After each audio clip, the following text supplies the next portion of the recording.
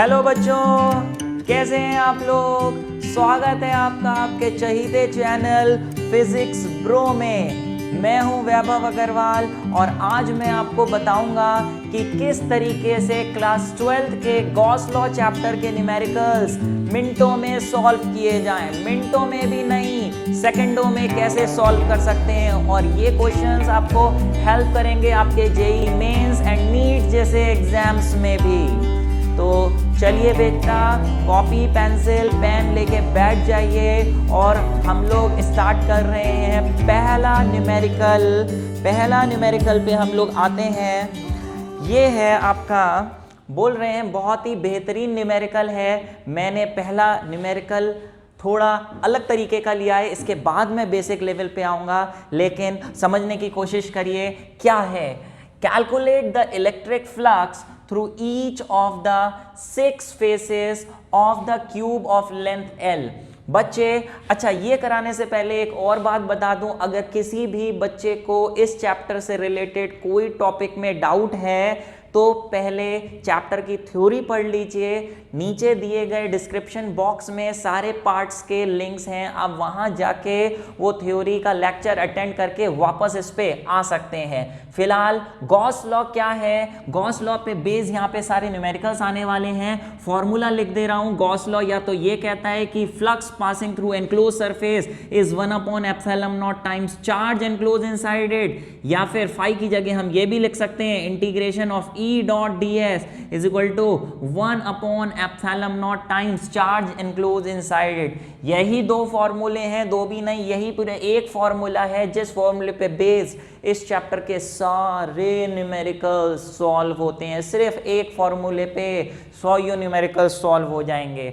चलिए यहाँ पे ये बोल रहे हैं calculate the electric flux through each of the 6 faces of closed cube of length L if a charge small q is placed eight the centre. यहाँ पे ये बोल रहे हैं कि एक क्यूब है जिसकी साइड की लेंथ L है, इसके सेंटर पे एक चार्ज रखा है Q, साइन नहीं दिया है तो we will consider plus Q।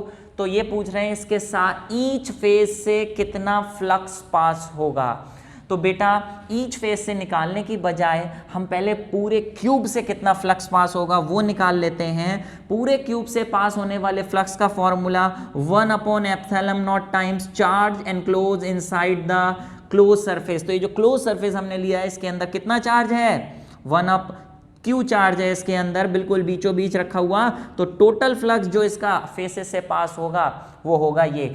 लेकिन इन्होंने टोटल फ्लक्स नहीं पूछा है, flux through each of the 6 faces. आपको मालूम है क्यूब के 6 फेसेस होते हैं, तो बेटा अगर ये जो फ्लक्स है ये टोटल 6 फेसेस से पास होता हुआ है, जिसमें एक सामने होगा, एक पीछे होगा, एक इधर, एक ऊपर, एक नीचे, टोटल 6 फेसेस। तो अगर अकेले फेस का अगर हम पूछें तो ऑब्वियसली ये 6 फेसेस का इतना फ्लक्स है, तो यूनिटरी मेथड से एक फेस का फ्लक्स कितना हो जाएगा, अपॉन 6 कर देंगे तो फ्लक्स हो जाएगा 1/6 टाइम्स Q/ε0।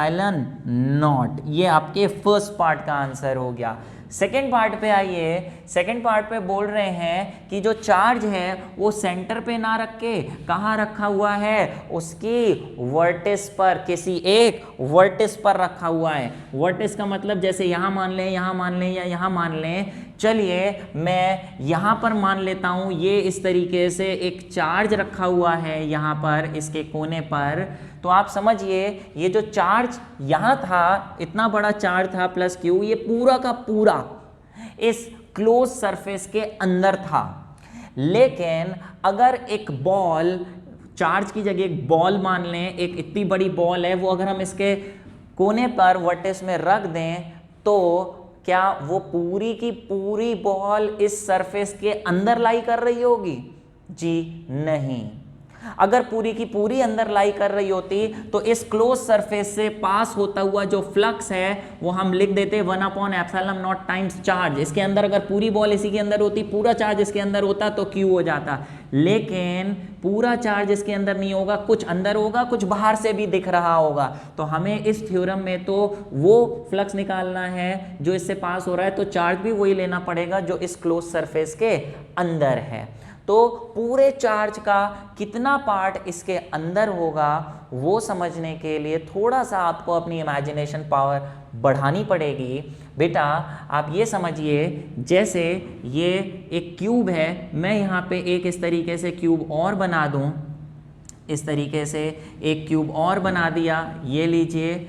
जैसे ये एक बॉल है, आप सोचिए ये जो बॉल है ये कितने क्यूब से अपना वॉल्यूम शेयर कर रही होगी। मतलब जैसे इस बॉल का थोड़ा पार्ट इस वाले क्यूब में होगा, थोड़ा पार्ट इस वाले में, थोड़ा इसके ऊपर वाले में भी होगा, इस तरीके से थोड़ा इधर वाले में भी होगा, इस तरीके से। आप समझिए कि अगर मैं ये देखूं, ये बॉल यहाँ पे है, बॉल का आधा हिस्सा तो इन चारों क्यूब्स में होगा, और आप सोचिए बॉल इस तरीके से यहाँ ऐसे रखी हुई है, ऐसे रखी हुई है, आधी बोर्ड के अंदर है, आधी बोर्ड के बाहर है। तो बोर्ड के अंदर वाली जो पार्ट है वो तो इन चारों क्यूब्स शेयर हो रहा है, लेकिन आधी बोर्ड के बाहर भी है जो इन चारों क्यूब से शेयर नहीं हो रहा है। तो आप ये देखिए, इन अगर ये पूरा चार्ज Q है, पूरा चार्ज Q है, तो इन चारों क्यूब से कितना पार्ट अंदर है, कितना पार्ट बाहर है? Q/2 पार्ट, तो आधा पार्ट तो हेमीस्फीयर बाहर रह गया बॉल का,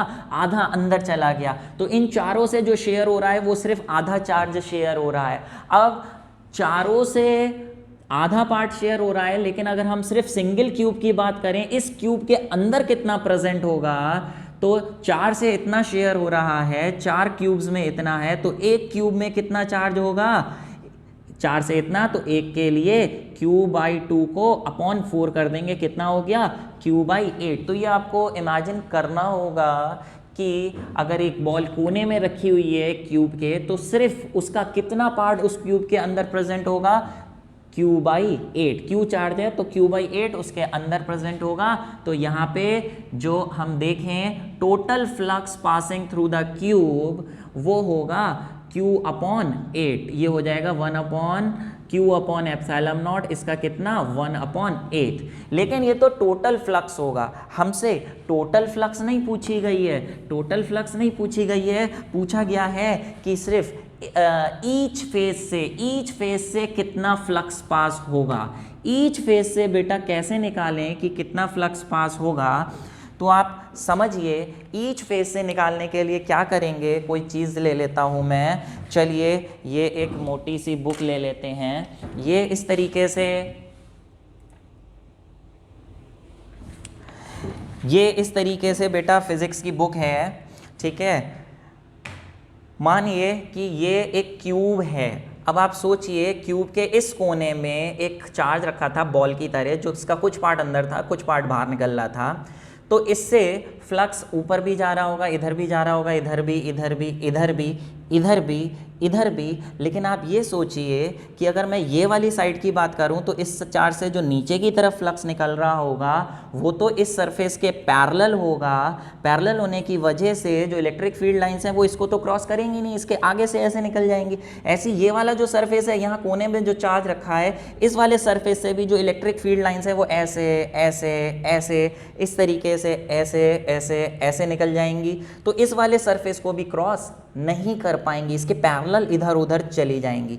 ऐसे ही ये वाला जो सरफेस है, आप देखिए इसका ऊपर वाला सरफेस, इस ऊपर वाले सरफेस से भी जो इलेक्ट्रिक लाइंस ऑफ फोर्स हैं, वो इलेक्ट्रिक फील्ड, वो ऐसे ऐसे ऐसे ऐसे चली जाएंगी, इसको भी क्रॉस नहीं कर पाएंगी। तो 3 सरफेस से तो क्रॉस कर ही नहीं पाएंगी। कौन से 3 सरफेस से? वो अगर मैं डायग्राम में बनाऊं तो देखिए, ये वाला जो सरफेस है, इससे इलेक्ट्रिक फील्ड लाइंस पैरेलल चली जाएंगी, इस वाले से पैरेलल चली जाएंगी, क्रॉस नहीं करेंगी, और इधर वाले से भी पैरेलल चली जाएंगी, क्रॉस नहीं करेंगी। बचे 3 फेज, जिस 3 फेज से ये क्रॉस करेंगी, 3 से क्रॉस नहीं करेंगी, लेकिन इसके पीछे वाले जो 3 हैं उनसे क्रॉस करती हुई जब जाएंगी, तो ये जो फ्लक्स आपने निकाला है, टोटल फ्लक्स, ये 3 फेसेस से क्रॉस हो रहा है। 3 फेसेस से 1/8 Q/ε0 क्रॉस हो रहा है। तो एक फेज से कितना क्रॉस होगा? 1/8 Q/ε0 का भी 1/3, कितना हो गया? 1/24 Q/ε0।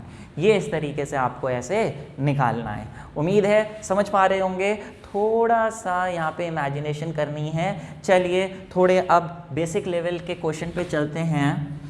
इसमें हम आपको एनसीईआरटी के क्वेश्चंस भी कराएंगे, कुछ इंपॉर्टेंट, बहुत बेहतरीन क्वेश्चंस हैं। अगला क्वेश्चन क्या है देखिए, बोल रहे हैं कि S1 and S2 are two concentric and spheres enclosing charge Q and 2Q। ये दो स्फीयर्स हैं, इस स्फीयर के अंदर चार्ज है यहाँ पे Q और यहाँ पर चार्ज रखा है 2Q। ये सरफेस S1 और ये सरफेस S2, ठीक है। What is the ratio of electric flux through surface S1 and S2? बच्चे S1 वाले सरफेस से, फर्स्ट वाले सरफेस से और सेकंड वाले सरफेस से कितना फ्लक्स पास होगा उसका रेशियो निकालना है। बहुत ही आसान, वही फॉर्मूले हैं पूरे चैप्टर में। किसी भी एनक्लोज सरफेस के अंदर से निकलता हुआ फ्लक्स निकालना है, पास होता हुआ फ्लक्स निकालना है, तो उसका फॉर्मूला है 1/ε0 times charge enclose inside it. 1/ε0 times charge enclose inside it. बेटा फर्स्ट सरफेस का निकालना है तो चार्ज भी फर्स्ट सरफेस के अंदर का लेंगे और यहाँ पे सेकंड सरफेस के अंदर का लेंगे। तो जरा बताइए फर्स्ट सरफेस के अंदर कितना चार्ज है? इसका रेडियस R1 है, इसका रेडियस R2। फर्स्ट सरफेस के अंदर कितना चार्ज है? साफ साफ दिख रहा है 1/ε0, तो कट जाएगा। फर्स्ट सरफेस के अंदर जो चार्ज है वो है Q। जबकि सेकंड सरफेस के अंदर की बात करें, ये सेकंड सरफेस है, सेकंड सरफेस के अंदर कितना चार्ज है? क्या सिर्फ 2Q चार्ज है? क्या ये वाला चार्ज सेकंड सरफेस के अंदर नहीं है? जी हाँ, ये वाला चार्ज भी तो इस पूरे सरफेस के अंदर है। तो टोटल चार्ज जो सेकंड सरफेस के अंदर है वो हो गया 2Q + Q, यानी Q/3Q। तो ये आपका रेशियो हो गया 1:3। सिंपल सा। सेकंड पार्ट में क्या बोल रहे हैं, how will the electric flux through the sphere S1 change if a medium of dielectric constant K is introduced in the space inside S1। अगर यहाँ पे एक मीडियम डाल दें जिसका डाइलेक्ट्रिक कांस्टेंट K है, तो इससे निकलते हुए फ्लक्स पे क्या फर्क पड़ेगा? तो बच्चे ध्यान रखिए, हमेशा S1 से फ्लक्स निकालना है नया, तो डैश से डिनोट कर दे रहा हूँ। वैसे इसका फॉर्मूला था 1/ε0 टाइम्स चार्ज एनक्लोज, और उसके अंदर चार्ज कितना था? Q। लेकिन अगर कोई दूसरा मीडियम आ जाता है तब, पहली बात ये फॉर्मूला तब होता है जब वहाँ पे वैक्यूम हो। कोई दूसरा मीडियम अगर वहाँ पे प्रेजेंट है उस सरफेस के अंदर जिसका डाइलेक्ट्रिक कांस्टेंट K है, तो जहाँ पर भी ε0 लिखा है वो K टाइम्स आप वहाँ पे कर देंगे। डिनोमिनेटर में लिखा है तो डिनोमिनेटर में K साथ में जोड़ेंगे, जिसकी वजह से जो नया फ्लक्स है वो आप देखिए, पहले जो था वो 1/ε0 Q था, अभी 1/K टाइम्स हो जाएगा। तो ये इसका आंसर हो जाएगा कि नया फ्लक्स इतना हो जाएगा। ठीक है, नेक्स्ट पार्ट देखिए, will the electric flux through S1 change if a medium of dielectric constant K is introduced in the space inside S2। बेटा ये जो S2 के अंदर वाली स्पेस है, इस स्पेस की बात कर रहे हैं, इस स्पेस की बात कर रहे हैं। कह रहे हैं कि अगर फर्स्ट वाले में तो कुछ नहीं, एयर ही रखी, ठीक है, वैक्यूम ही रखी, अगर यहाँ पे एक डाइलेक्ट्रिक कांस्टेंट K का मीडियम लगा दें तो क्या इससे पास होते हुए फ्लक्स पे कोई फर्क पड़ेगा? बच्चे आप देखिए, फ्लक्स जो हम निकालते हैं उसके लिए जो चार्ज लेते हैं वो सरफेस के अंदर का लेते हैं, मीडियम जो लेते हैं वो सरफेस के अंदर का लेते हैं। अगर हम बाहर कुछ भी रख दें तो अंदर वाले मीडियम पे कोई फर्क नहीं पड़ा, अंदर वाले चार्ज पे कोई फर्क नहीं पड़ा, जिसकी वजह से flux, electric flux remains same, ये आप लिख देंगे। चलिए अगले क्वेश्चन पे चलते हैं, इसको समझ लीजिए, कॉपी में नोट कर लीजिए, पॉज करके हम आगे क्वेश्चंस पे बढ़ते हैं। ओके, बोल रहे हैं given a uniform electric field दे रखी है आपको, uniform electric field E vector is equal to 5 × 10⁻³ I cap. बच्चे ये आई कैप का क्या मतलब है? आई कैप एक यूनिट वेक्टर होता है जो किसके अलोंग होता है? एक्स एक्सिस के अलोंग। इसका मतलब इलेक्ट्रिक फील्ड जो है उसका मैग्नीट्यूड तो इतना है और डायरेक्शन क्या है? एक्स एक्सिस के अलोंग। एक्स एक्सिस के अलोंग है इस तरीके से, अलोंग एक्स एक्सिस। ठीक है, बोल रहे हैं कि find the electric flux through a square of 10 centimetre on a side whose plane is parallel to YZ plane। कहने का मतलब ये है कि डायग्राम बनाइए, इधर एक्स एक्सिस ले लीजिए, इधर वाई एक्सिस और बाहर की तरफ जेड एक्सिस। लेकिन चूंकि मैं बाहर नहीं बना सकता तो बोर्ड पे यहीं बना रहा हूँ। मानिए ये बाहर की तरफ लाइन है जेड एक्सिस, तो इलेक्ट्रिक फील्ड तो एक्स एक्सिस के अलॉन्ग है, लेकिन जिस सरफेस के क्रॉस हमें फ्लक्स निकालना है वो सरफेस एक स्क्वायर शेप का है 10 सेंटीमीटर साइड का, जो कहाँ रखा है, वाई जेड प्लेन के पैरेलल। ये बेटा वाई है, बाहर की तरफ z है, यानी जो प्लेन सरफेस है वो y z प्लेन ऐसे रखा हुआ है, बोर्ड से बाहर निकलता हुआ ऐसे रखा है, और इलेक्ट्रिक फील्ड ऐसे है। तो इससे हमें फ्लक्स निकालना है कि इससे कितना फ्लक्स पास होगा। अगर मैं डायग्राम में बनाऊं तो बनाने का ये तरीका है, इस तरीके से ये इलेक्ट्रिक फील्ड आ रही है और इससे पास हो रही है इस तरीके से। तो बेटा फ्लक्स निकालने का फॉर्मूला है E vector dot A vector. यहाँ पे ई ए कॉस थीटा अगर लिखें तो theta is the angle between E and A. आप देखिए इसका वेक्टर, अगर एरिया वेक्टर देखें तो सरफेस ऐसा है तो एरिया वेक्टर हमेशा सरफेस के परपेंडिकुलरली बाहर की तरफ होता है, तो एरिया वेक्टर भी इसी डायरेक्शन में आएगा। दोनों के बीच एंगल 0 हो गया तो ये कॉस 0 बन जाएगा, और कॉस 0 1 होता है। बस यहाँ पे ई और ए की वैल्यू डाल दीजिए, आंसर आ जाएगा। ई है आपका 5 × 10⁻³ और एरिया की बात करें तो क्योंकि स्क्वायर है तो स्क्वायर के एरिया का फॉर्मूला होता है L स्क्वायर, लेकिन सेंटीमीटर है तो उसे मीटर में करेंगे, 0.1 का स्क्वायर करेंगे तो ये हो गया 0.01 मीटर स्क्वायर। यहाँ पे लिख दीजिए 0.01 और cos 0 1 होता है, इससे आप आंसर निकालिए तो ये आपका आ जाएगा 5 × 10⁻1 यानी 50। यूनिट क्या होगी फ्लक्स की, न्यूटन मीटर स्क्वायर पर कूलम। फिलहाल सेकंड पार्ट है, what would be the flux through the same square if the plane makes 30 degree angle with the x axis। अब की क्या किया बच्चे, ये जो प्लेन थी इस तरीके से, ये x एक्सिस है, ये z एक्सिस है, अभी प्लेन को ना थोड़ा सा टिल्ट कर दिया इस तरीके से, ऐसे प्लेन बन गई। जो प्लेन है इसकी वो x एक्सिस से 30 डिग्री पर है। मतलब ये मैं इस तरीके से ये पहले ऐसे रखा था सरफेस, अब ऐसे टेढ़ा करके रख दें तो इसका एरिया वेक्टर ऐसे जाएगा, इसका एरिया वेक्टर इस तरीके से ऐसे जाएगा। तो आप ये समझिए कि ये प्लेन ऐसे रखी थी पहले, तो x एक्सिस से कितने एंगल पे थी, 90 डिग्री पे। अगर हम इसे घुमा देंगे इस तरीके से कि वो x एक्सिस के साथ 30 डिग्री पे टिल्टेड है, x एक्सिस के साथ 30 डिग्री पे टिल्टेड है, ये आप देखिए गलत। हमने इसका जो 90 डिग्री, अगर हम इसे इस तरीके से ऐसे घुमाएंगे और इसे हम x एक्सिस से 30 डिग्री पे टिल्ट कर देंगे तो ये वाला एंगल 30 डिग्री नहीं होगा, इसकी प्लेन का, इसकी सरफेस का x एक्सिस के साथ 30 डिग्री एंगल होगा। तो ये बताइए इसका जो एरिया वेक्टर होगा, एरिया वेक्टर का x एक्सिस के साथ कितना एंगल बचेगा, ऑब्वियसली 60 डिग्री बचेगा। ठीक है, जो पहले 90 डिग्री, जो पहले 0 डिग्री था।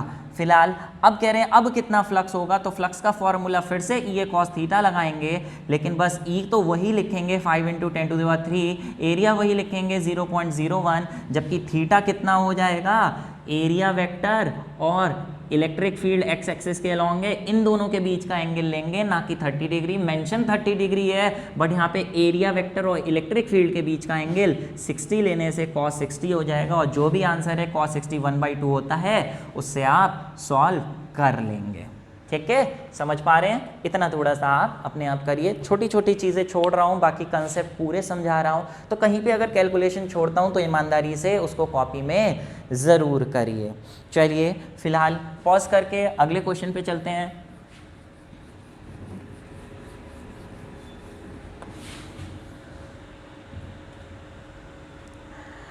कह रहे हैं a point charge plus Q is placed at centre O.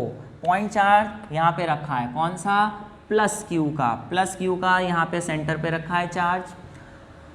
अनचार्ज hollow spherical conductor of inner radius A, अंदर का रेडियस है ए जबकि बाहर का रेडियस है बी।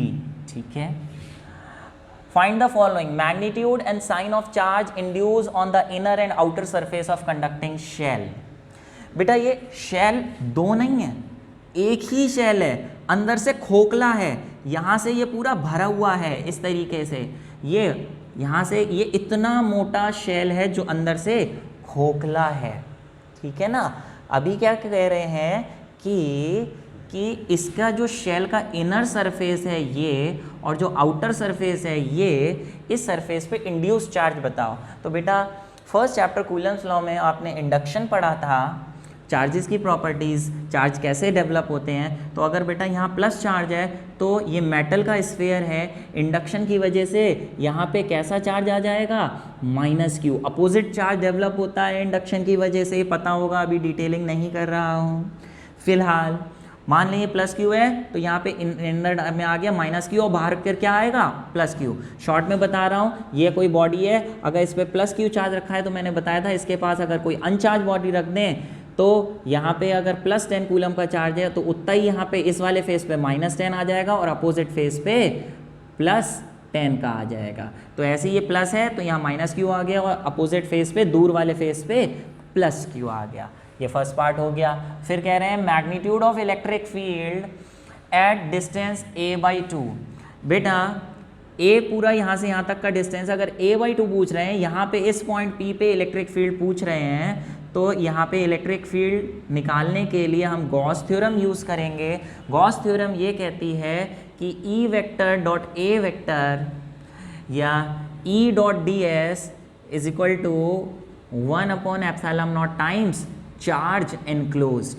तो बच्चे यहाँ पे छोटा सा एरिया बनाएंगे, छोटा आएगी, ds vector electric field plus की वजह से बाहर की तरफ होगी, दोनों के बीच एंगल 0 हो जाएगा, ये बन जाएगा E ds cos 0। सिंपल सा क्वेश्चन है, E बाहर आएगा जो हमें निकालना है, अंदर ds बचेगा, cos 0 1 होता है। और ये जो हमने गॉसियन सरफेस बनाया है, इस गॉसियन सरफेस के अंदर चार्ज देखें तो कितना है, Q। तो यहाँ पे हम चार्ज रख देंगे कैपिटल Q। ds का मतलब छोटा सा एरिया, इस गॉसियन सरफेस का छोटा सा एरिया। जिस पॉइंट पे भी आपको इलेक्ट्रिक फील्ड निकालनी है उसी पॉइंट पे गॉसियन सरफेस बनाते हैं, तो एरिया भी उसी का लिया, टोटल एरिया भी उसका लेंगे, क्योंकि ये स्फीयर होगा जिसका रेडियस a/2 है। ये अब बोल रहे थे a/2 है, तो इसका जो एरिया होगा वो कितना होगा, टोटल एरिया 4πr² होता है, लेकिन रेडियस कितना होगा उस गॉसियन सरफेस का, a/2। इस तरीके से हम इलेक्ट्रिक फील्ड निकाल लेंगे। ये Q वहीं रहा, ε0 वहीं रहा, 4π नीचे आया और a²/4 नीचे आया, ये 4 ऊपर चला जाएगा, बन गया 1/4πε0 4q/a²। चाहे तो 4 से 4 काट सकते हैं, तो ये एक इलेक्ट्रिक फील्ड आ गई कितने डिस्टेंस पे, a/2 डिस्टेंस पे। सेकेंड पार्ट में पूछ रहे हैं 2b डिस्टेंस पे बताइए कितनी इलेक्ट्रिक फील्ड होगी। बच्चे ये जो स्फेरिकल शेल था इस तरीके से, जिसके अंदर +q चार्ज था, ये a था, ये b था। अगर हम 2b की बात करें तो 2b तो कहाँ होगा, इस शेल से बाहर की तरफ होगा, बाहर की तरफ। 2b डिस्टेंस तो इससे भी आगे होगा। जिस पॉइंट पे हमें 2b डिस्टेंस पे निकालनी है उस पॉइंट पे गॉसियन सरफेस बनाएं तो वो ऐसे बनेगा। तो इसी में बता दे रहा हूँ, बिल्कुल ऐसे ही करेंगे। बस यहाँ पे जो चार्ज एनक्लोज्ड लेंगे, तो आप ये देखिए जरा इस पूरे गॉसियन सरफेस के अंदर कितना चार्ज है। हमने कहा +q यहाँ था, -q यहाँ इंड्यूस हुआ, +q यहाँ इंड्यूस हुआ, तो टोटल चार्ज इसके अंदर 3 है, लेकिन ये तो कैंसिल ही हो जाएंगे, इसका कोई कंट्रीब्यूशन नहीं है। चार्ज जो इसके अंदर पूरे गॉसियन सरफेस के अंदर प्रेजेंट है वो q ही है, तो यहाँ तो q ही आएगा। लेकिन अगर हम एरिया की बात करें तो 4πr² जो होता है उसमें रेडियस जो लेंगे वो जिस पॉइंट पे गॉसियन सरफेस बनाया उसका रेडियस लेंगे, जो कितना है, पूरा 2b। तो 2b का स्क्वायर, और इस तरीके से इलेक्ट्रिक फील्ड निकालने के लिए ये सारी चीज़ नीचे लाएंगे। तो मैं डायरेक्ट लिख दे रहा हूँ 4π/4b², ये आंसर हो जाएगा एट अ डिस्टेंस 2r पे। ठीक है, तो इसको समझिए, इसको करिए अपने आप। देख लिया क्वेश्चन के बाद अपने आप करने की कोशिश करिए, नहीं आए तो ही आगे इसको फिर से देखिएगा बच्चे। मैं यहाँ पे सॉल्यूशन ज़रूर देता हूँ, लेकिन मेरा सॉल्यूशन देने का मकसद ये बिल्कुल नहीं होता कि आप उसको रट लें, देख देख के रटते जाएं और लिखते जाएं। नहीं, आप उसको समझिए। फिज़िक्स समझने वाली चीज़ है, प्यार करने वाली चीज़ है, रटने वाली चीज़ नहीं है। समझ के ईमानदारी से करेंगे, प्यार से पढ़ेंगे, आपको फ़िज़िक्स बहुत अच्छी लगेगी। रट रट के कोशिश करेंगे तो एक टाइम ऐसा आएगा कि फ़िज़िक्स से मन उखड़ने लगेगा। इसलिए समझ समझ के करिए, ना कि रट के। चलिए फ़िलहाल आगे बढ़ते हैं। कह रहे हैं a thin metallic spherical shell of radius r carries a charge capital Q on its surface. Surface पे कैपिटल Q चार्ज है, ठीक है। A point capital Q by 2 is placed at centre. Centre पे कैपिटल Q बाई 2 चार्ज रखा है और बाहर की तरफ 2Q चार्ज रखा है। कह रहे हैं at a distance x from the centre, centre से x डिस्टेंस पे, ठीक है। Find the force on charge at the centre of the shell. Shell के अंदर जो चार्ज है उस पर फोर्स निकालनी है कि कितनी लगेगी। बच्चे आपने पढ़ा है कि कोई भी एक चार्ज स्फेरिकल शेल होता है, चार्ज स्फेरिकल शेल के अंदर हमेशा इलेक्ट्रिक फील्ड ज़ीरो होती है। तो इलेक्ट्रिक फील्ड इनसाइड सेंटर पे कितनी होगी? ज़ीरो होगी। इलेक्ट्रिक फील्ड सेंटर पे इसकी वजह से ज़ीरो होगी। तो अगर यहाँ पे कोई चार्ज रखा है और इसी पॉइंट पे अगर हमने इलेक्ट्रिक फील्ड निकालनी है, तो electric field on a charge का फॉर्मूला आपने पढ़ा है, sorry, force on a charge का फॉर्मूला पढ़ा है आपने, क्या? F is equal to QE, क्योंकि E ज़ीरो है इनसाइड में तो फोर्स भी ज़ीरो हो जाएगी सेंटर पे जो चार्ज रखा है उस पर, ठीक है। ओके, इसे हम इलेक्ट्रोस्टैटिक शील्डिंग भी कहते हैं कि चार्ज कंडक्टर के अंदर इलेक्ट्रिक फील्ड ज़ीरो होने को। फिलहाल कह रहे हैं electric flux through the shell बताओ। फ्लक्स का भैया वही फॉर्मूला गॉस थ्योरम से 1/ε0 टाइम्स चार्ज एनक्लोज। बेटा तीन चार्जेस हैं, 1 2 3। तो ज़रा ये देखिए, इस शेल से अगर हम देखें कितना चार्ज एनक्लोज्ड है, तो बेटा Q/2 तो है ही है, Q/2 तो कंसीडर करेंगे ही करेंगे बेटा, लेकिन जो सरफेस पे चार्ज होता है वो भी आप कंसीडर करेंगे। क्यों? क्योंकि जो भी सरफेस पे चार्ज है बेटा, वो एक पॉइंट पे तो होगा नहीं, वो पूरे सरफेस पे फैला हुआ होगा, पूरे सरफेस पे फैला हुआ होगा। तो सरफेस से हर जगह से बाहर की तरफ electric flux, electric field lines निकल रही होंगी इस Q चार्ज की वजह से जो पूरे पे फैला हुआ है। तो इससे जो टोटल फ्लक्स निकल रहा है वो ऑब्वियसली अंदर वाले चार्ज की वजह से तो इलेक्ट्रिक फील्ड लाइंस बाहर निकल ही रही हैं, लेकिन जो सरफेस पे चार्ज था उसकी वजह से भी तो इलेक्ट्रिक फ्लक्स निकल रहा है, जिसकी वजह से टोटल इलेक्ट्रिक फ्लक्स निकालने के लिए सरफेस का चार्ज भी लेंगे और अंदर का चार्ज भी लेंगे, जिसकी वजह से हो जाएगा 3/2 एलसीएम लेके Q/ε0। चलिए थर्ड पार्ट तो है ही नहीं, सिंपल सा बेटा। क्वेश्चन बहुत बड़े बड़े हैं लेकिन आंसर्स बहुत छोटे छोटे हैं, तो कंसेप्ट क्लियर है, चुटकियों में सॉल्व करेंगे। चलिए आगे बढ़ते हैं। बोल रहे हैं कि the flux of electrostatic field through a closed surface S dash is found to be 4 times that through a closed surface S। बोल रहे हैं दो सरफेस हैं, एक S और एक S डैश। S डैश वाले से जितना फ्लक्स पास हो रहा है, S डैश वाले से जितना फ्लक्स पास हो रहा है वो कितना है? 4 times flux passing through S। तो ये कह रहे हैं find the magnitude of charge capital Q। तो बच्चे यहाँ पर हमने ये दे रखा है flux passing through S dash 4 times इसका है। डायग्राम मैं बना देता हूँ, दो सरफेसेस हैं, एक ये सरफेस, अंदर का नाम S, बाहर वाले का S डैश।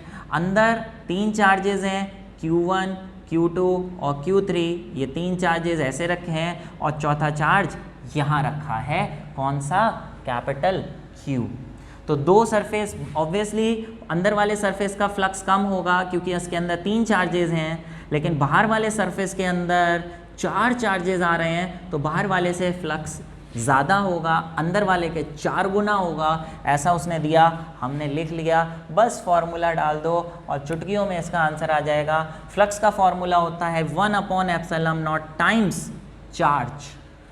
जरा बताना एस डैश वाला जो सरफेस है इसके अंदर टोटल कितना चार्ज है? Obviously this plus this plus this, यानी हम यहाँ पे लिख दे रहे हैं Q1 plus Q2 plus Q3 plus Q, जबकि इसका फ्लक्स लें 1/ε0 times charge enclose. S surface के अंदर कितना चार्ज है? इसके अंदर 3 चार्जेस हैं, तो यहाँ लिखेंगे Q1 Q2 और Q3।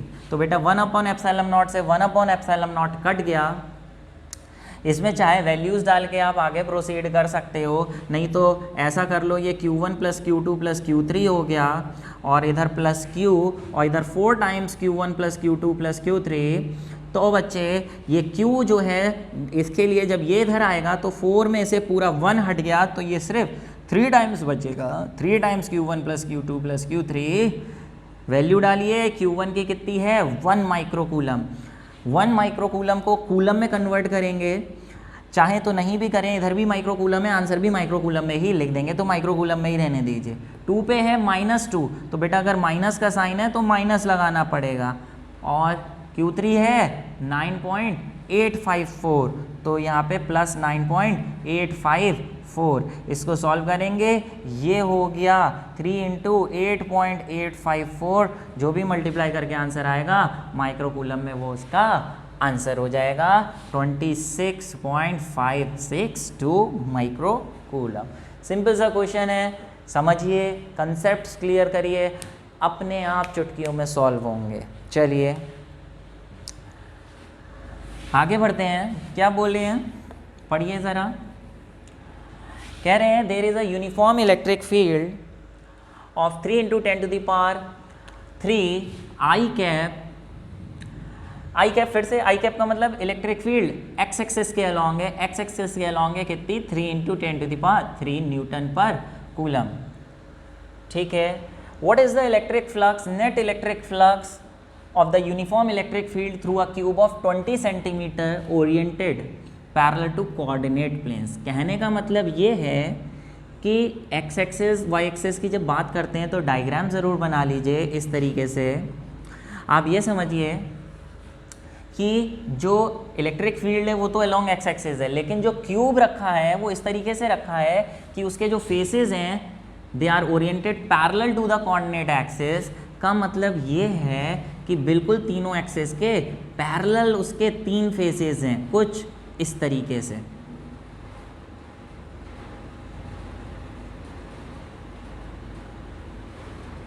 ये आप समझिए, इस तरीके से कोऑर्डिनेट एक्सिस के पैरेलल है, जिसमें इलेक्ट्रिक फील्ड ऐसे है कुछ, इधर एक्स एक्सिस के अलोंग है, यानी एक तरफ से एंटर करेगी और दूसरी तरफ दूसरी तरफ से निकलेगी बेटा। लेकिन इसकी साइड तो दे रखी है 20 सेंटीमीटर। क्वेश्चन देखने में इतना बड़ा लग रहा है, बट शायद कुछ बच्चे डायरेक्टली चुटकियों में ही आंसर इसका बोल पा रहे हैं। अगर मैं इससे नेट फ्लक्स पूछूं तो बेटा डायरेक्ट आंसर है net flux is equal to 0। कैसे? इन इलेक्ट्रिक फील्ड का देना, साइड का देना कोई मायने नहीं है, आंसर इज 0। क्योंकि बेटा इलेक्ट्रिक फील्ड यूनिफॉर्म है, यानी यूनिफॉर्म का मतलब जितनी इधर है उतनी उधर है, जितनी लाइंस इधर एंटर करेंगी उतनी ही लाइंस उधर एग्जिट करेंगी। तो अगर 3 एंटर 3 लीव तो नेट फ्लक्स पासिंग थ्रू कितना हो गया? ऑब्वियसली 0। हाँ, अगर ऐसा होता कि नॉन यूनिफॉर्म होती, इधर कम है इलेक्ट्रिक फील्ड, इधर ज़्यादा है, तो इधर 3 एंटर कर रही हैं, उधर 4 लीव कर रही हैं, तब नेट 0 नहीं होता, तब एक लाइन बच जाती, तो कुछ ना कुछ नेट फ्लक्स होता, जिस पे बेस्ड न्यूमेरिकल कैसा होगा वो अभी हम आगे देखेंगे।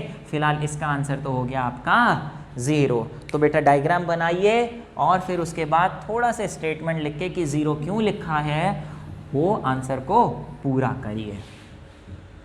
नेक्स्ट कह रहे हैं कि अ point charge Q is placed eight the centre of the Gaussian surface. Okay, Gaussian surface के सेंटर पे रखा है, ठीक है। स्फेरिकल गॉसियन सरफेस बना लिया, लीजिए भाई। इस गॉसियन सरफेस के सेंटर पे चार्ज रखा है, पॉइंट चार्ज कितना वो नहीं दिया, लेट से Q चार्ज रखा है और इससे कितना फ्लक्स निकल रहा है, इस Q से फ्लक्स निकल रहा है, टोटल कितना फ्लक्स, ये चार्ज है प्लस तो इससे बाहर की तरफ लाइंस निकल रही होंगी और इसको क्रॉस कर रही हैं गॉसियन सरफेस को, कितना फ्लक्स निकल रहा है, फाई ई। ठीक है, कह रहे हैं sphere is replace by a cube of same और डिफरेंट वॉल्यूम। स्फीयर हटाया, स्फीयर की जगह एक क्यूब रख दिया, तो कह रहे हैं बताइए फ्लक्स पे क्या फ़र्क पड़ेगा। बेटा किसी भी सरफेस से पास होता हुआ जो नेट फ्लक्स होता है वो उसकी शेप साइज पे डिपेंड नहीं करता, किस पे डिपेंड करता है, एक ही फॉर्मूला बार बार, flux is equal to 1/ε0 times charge enclosed inside the surface. बच्चे उस सरफेस के अंदर कितना चार्ज है, चाहे क्यूब हो चाहे स्फीयर हो, कुछ भी हो जाए, किसी भी वॉल्यूम का हो जाए, उसके अंदर तो चार्ज कैपिटल क्यू ही है, जिसकी वजह से flux will remain the same. Second में पूछ रहे हैं एक सेकंड चार्ज रख दिया near and outside the original sphere.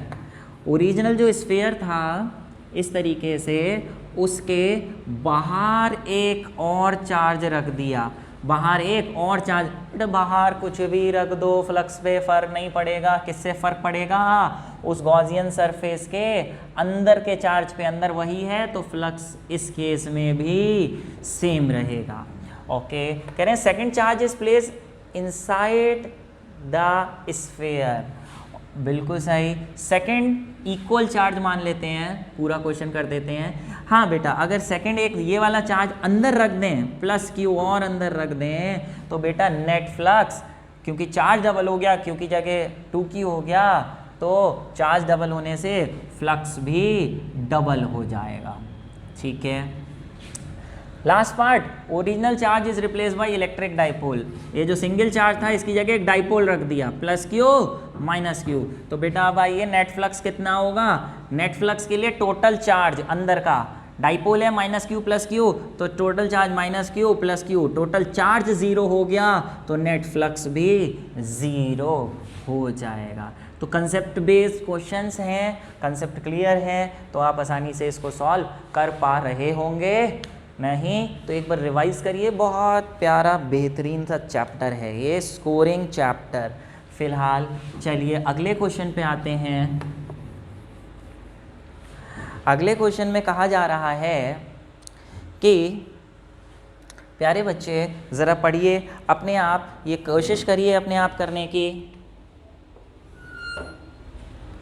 ठीक है, क्या बोल रहे हैं, बोल रहे हैं कि अ point charge plus 10 microcoulomb is placed, बहुत बेहतरीन क्वेश्चन, एनसीईआरटी का क्वेश्चन है, फ्रीक्वेंटली आस्क्ड क्वेश्चन है एग्जाम्स में। 5 सेंटीमीटर डायरेक्टली ऊपर above the centre of the square एक चार्ज रखा है, जैसे ये इस तरीके से स्क्वायर है, इस स्क्वायर के सेंटर से 5 सेंटीमीटर ऊपर, 5 सेंटीमीटर ऊपर एक चार्ज रखा हुआ है। ठीक है, कितना, प्लस 10 माइक्रोकूलम, जिसकी साइड कितनी है 10 centimetre 10 centimetre. What is the magnitude of electric flux through the square, इस स्क्वायर से कितना फ्लक्स पास होगा। बेटा प्लस वाली लाइंस हैं बाहर भी निकल रही होंगी इधर की तरफ, और इसको भी क्रॉस कर रही होंगी, इस सरफेस को भी क्रॉस कर रही होंगी, इधर भी, बाहर भी, पीछे भी, बहुत सारा फ्लक्स निकल रहा होगा, लेकिन इस सरफेस से कितना फ्लक्स निकल रहा होगा वो कैसे निकालें। अब कुछ बच्चे इस फॉर्मूले में अटक जाएंगे कि सर हम ये लगा दे रहे हैं E vector dot A vector, E A cos theta लगा दे रहे हैं सर, लेकिन बेटा ये फॉर्मूला यहाँ लग नहीं पाएगा, क्योंकि थीटा जो इलेक्ट्रिक फील्ड और एरिया के बीच एंगल है, इलेक्ट्रिक फील्ड लाइंस हर जगह अलग अलग एंगल पे पड़ रही हैं, तो एंगल हर जगह सेम नहीं है, जिसकी वजह से इस फॉर्मूले से नहीं निकाल पाएंगे। इस सरफेस को क्रॉस कर रही है ये वाली तो 90 डिग्री पे कर रही है, ये वाली अलग एंगल पे, ये 90 डिग्री पे, ये अलग एंगल पे, ये अलग एंगल पे, तो एंगल अलग अलग होने की वजह से एक बार में ये फ्लक्स इस फॉर्मूले से नहीं निकाल पाएंगे। तो बोले सर कुछ और ट्रिक, बहुत आसान ट्रिक, क्या भैया, फ्लक्स निकालने का एक फॉर्मूला ये E dot D S E dot ए,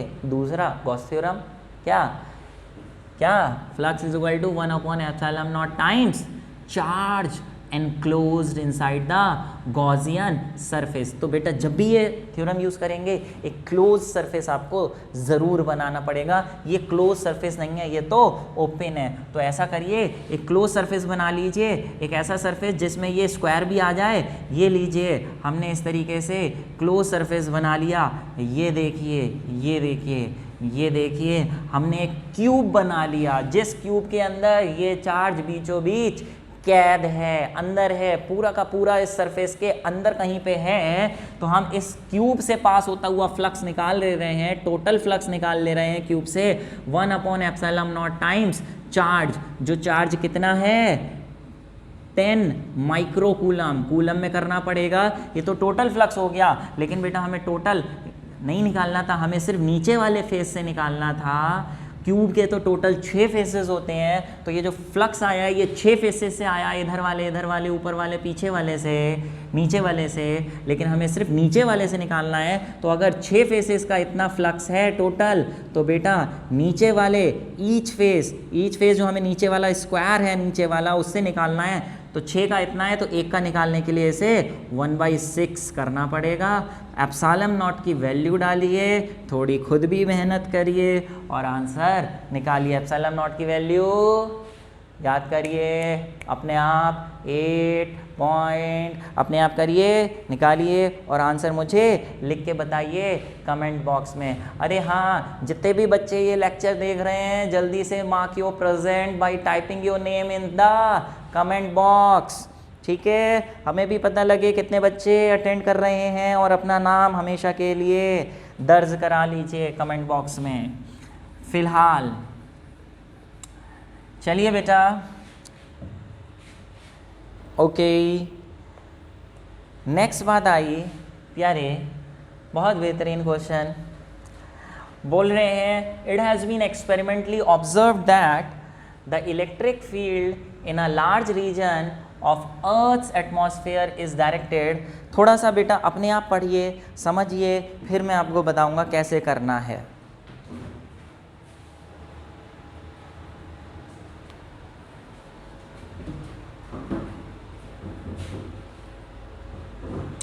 ठीक है, कह रहे हैं इलेक्ट्रिक फील्ड है वो नीचे की तरफ है, नीचे की तरफ ऐसे इलेक्ट्रिक फील्ड है एटमॉस्फेयर में। ठीक है प्यारे, कह रहे हैं 300 मीटर एल्टीट्यूड पे, मान लें कि ये ग्राउंड है, ग्राउंड से 300 मीटर ऊपर अगर चले जाएं, इस पॉइंट पर, पॉइंट P पर इलेक्ट्रिक फील्ड है, A पर इलेक्ट्रिक फील्ड कितनी है नीचे की तरफ, A मान लें, E = कितनी 60 वोल्ट पर मीटर, कितने एल्टीट्यूड पे 300 मीटर पे। अच्छा, जबकि 200 मीटर पे कितनी इलेक्ट्रिक फील्ड है, लो 200 बना दिया, 200 लगभग यहाँ होगा। 200 मीटर B पॉइंट मान लें, यहाँ पर इलेक्ट्रिक फील्ड है कितनी 40 वोल्ट पर मीटर। अच्छा, दोनों इलेक्ट्रिक फील्ड होंगी डाउनवर्ड ही, यहाँ पे भी डाउनवर्ड होगी इलेक्ट्रिक फील्ड, यहाँ भी डाउनवर्ड होगी इलेक्ट्रिक फील्ड। कह रहे हैं ये 300 ये 200, इन दोनों के बीच में एक क्यूब रखा गया जिसकी साइड 100 मीटर है। लो क्यूब रख दे रहे हैं इन दोनों के बीच, इस तरीके से क्यूब रख दिया जिसकी साइड खुद 100 मीटर की है। ठीक है, ऐसे क्यूब रख दिया। तो एक फेस से इलेक्ट्रिक फील्ड एंटर कर रही होगी और दूसरे फेस से बाहर, नीचे वाले फेस से बाहर निकल रही होगी। ठीक है, लेकिन ऊपर 60 है, नीचे 40 है, यानी ऊपर इलेक्ट्रिक फील्ड लाइंस ज़्यादा होंगी, नीचे कम होंगी। ठीक है, ओके, तो कह रहे हैं कि find the net flux, calculate the net amount of charge contained inside the cube. इस क्यूब के अंदर कितना चार्ज होगा वो बताइए। लेकिन उससे पहले हम ये निकाल लें इससे नेट फ्लक्स कितना पास होगा। बच्चे अगर इलेक्ट्रिक फील्ड ऊपर और नीचे सेम होती तो जितनी एंटर करी उतनी लीव कर गई तो नेट फ्लक्स 0 हो जाता।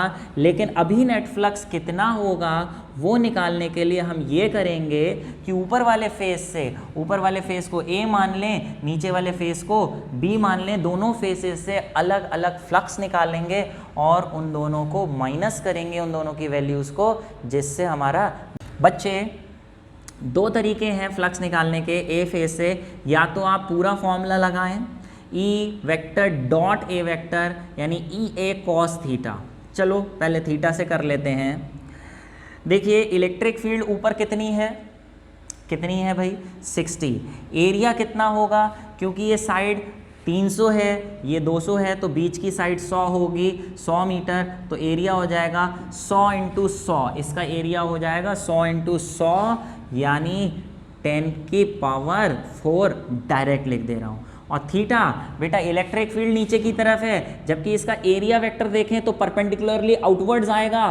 कितना एंगल हो गया ई और ए के बीच, एक ऊपर एक नीचे, ऊपर नीचे, कितना एंगल ऊपर नीचे के बीच, ऐसे 180 डिग्री। 180 डिग्री कॉस 180 कितना होता है -1। तो नेट इलेक्ट्रिक फील्ड आ गई -6 इंटू 10 टू द पावर 5। क्या न्यूटन, फ्लक्स आ गया न्यूटन मीटर स्क्वायर पर कूलम। अच्छा अब बी से निकालें। बेटा ये माइनस क्यों आया है, कभी भी माइनस आ रहा है, माइनस का मतलब वो फ्लक्स एंटर कर रहा है, प्लस का मतलब फ्लक्स लीव कर रहा है। तो अब नीचे वाले फेज से देखें, formula E A cos theta. Theta देखें ये वाला नीचे वाला जो फेस है, इससे नीचे वाले फेस से बाहर की तरफ एरिया वेक्टर होगा, बाहर की तरफ एरिया वेक्टर, और इलेक्ट्रिक फील्ड भी नीचे की तरफ ही है। दोनों के बीच कितना एंगल हो गया सेम डायरेक्शन में 0 डिग्री। 0 कॉस 0 कितना होता है 1 + 1। इलेक्ट्रिक फील्ड नीचे वाले फेस पे कितनी है 40, और एरिया तो हमने देखा ही हर फेस का ये निकाला 10 टू द पावर 4। तो कितना आ गया 4 इंटू 10 टू द पावर 5। ये प्लस आया, प्लस का मतलब क्या है कि बाहर निकल रही है। तो बेटा अगर नेट फ्लक्स निकालना है तो नेट फ्लक्स निकालने के लिए इन दोनों की वैल्यूज को, बेटा माइनस सिर्फ दिखावे के लिए है कि वो एंटर कर रहा है। अगर हमें डिफरेंस निकालना है कितना एंटर किया कितना लीव किया, तो सिर्फ हम वैल्यूज को कंसीडर करेंगे। इतना एंटर किया इतना लीव किया, तो नेट फ्लक्स कितना हुआ 6 into 10 to the power 5 minus 4 into 10 to the power 5। तो ये हो गया आपका 2 into 10 to the power 5 newton metre square पर कूलम। ठीक है, ये आपका नेट फ्लक्स आ गया। अभी नेट फ्लक्स तो आ गया, अब नेट फ्लक्स आ गया अगर आपका, तो नेट चार्ज भी निकाल लेंगे कि नेट चार्ज कितना प्रेजेंट है क्यूब के अंदर, Gauss theorem. Net flux net charge inside the Gaussian surface. Net flux आपका आ चुका है 2 into 10 to the power 5। Epsilon naught ये है, और क्यू आपको निकालना है। तो कुछ नहीं बेटा, क्यू निकालने के लिए सिंपली एप्सिलॉन नॉट यहाँ ले जाइए, इसकी वैल्यू डालिए और आंसर निकाल लीजिए कूलम में। इतनी थोड़ी सी ज़हमत अपने आप करिए। ओके, उम्मीद है समझ पा रहे होंगे। ठीक है, आगे बढ़ा जाए क्या? चलिए पॉज करके एक बार इसको फिर से समझ लीजिए अगर नहीं आया है, उसके बाद ही आगे बढ़िएगा।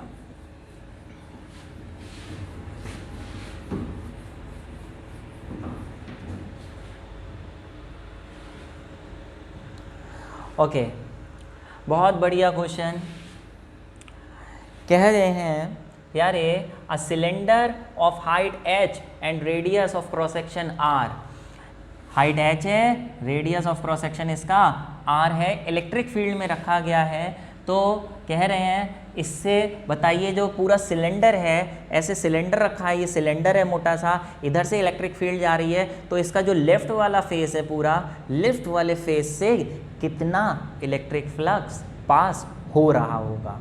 तो सिंपल सा लग रहा है। कह रहे हैं सर फ्लक्स का formula E A cos theta लगा दीजिए, इलेक्ट्रिक फील्ड ई है, एरिया हम निकाल लेंगे। सर पूरा कर्व्ड सरफेस एरिया तो हमें मालूम है 2πRh, और ये लेफ्ट की तरफ से देखें तो आधा ले लेंगे, इधर से आधा ही दिख रहा होगा, तो 2πRh की जगह πRh ले लेंगे और वैल्यू निकाल लेंगे फॉर्मूले में डाल के। लेकिन बेटा ये फॉर्मूला लगा नहीं पाएंगे क्योंकि थीटा की वैल्यू क्या होगी, थीटा हर जगह सेम तो होगा नहीं। ये जो इलेक्ट्रिक फील्ड लाइन है वो बिल्कुल यहाँ पे अगर पड़ेगी तो इस वाले सरफेस से तो 90 डिग्री पे पड़ेगी, लेकिन जो थोड़ा साइड में इधर उधर पड़ रही होगी तो उससे तो एंगल इलेक्ट्रिक फील्ड का 90 नहीं होगा ना, हर जगह अलग अलग एंगल होगा ना, यहाँ पे अलग, इस इधर वाले सरफेस पे अलग, बिल्कुल इधर वाला जो है उस पर अलग। तो अलग अलग एंगल होने की वजह से हम ये एक्सप्रेशन से फॉर्मूले से फ्लक्स नहीं निकाल पाएंगे।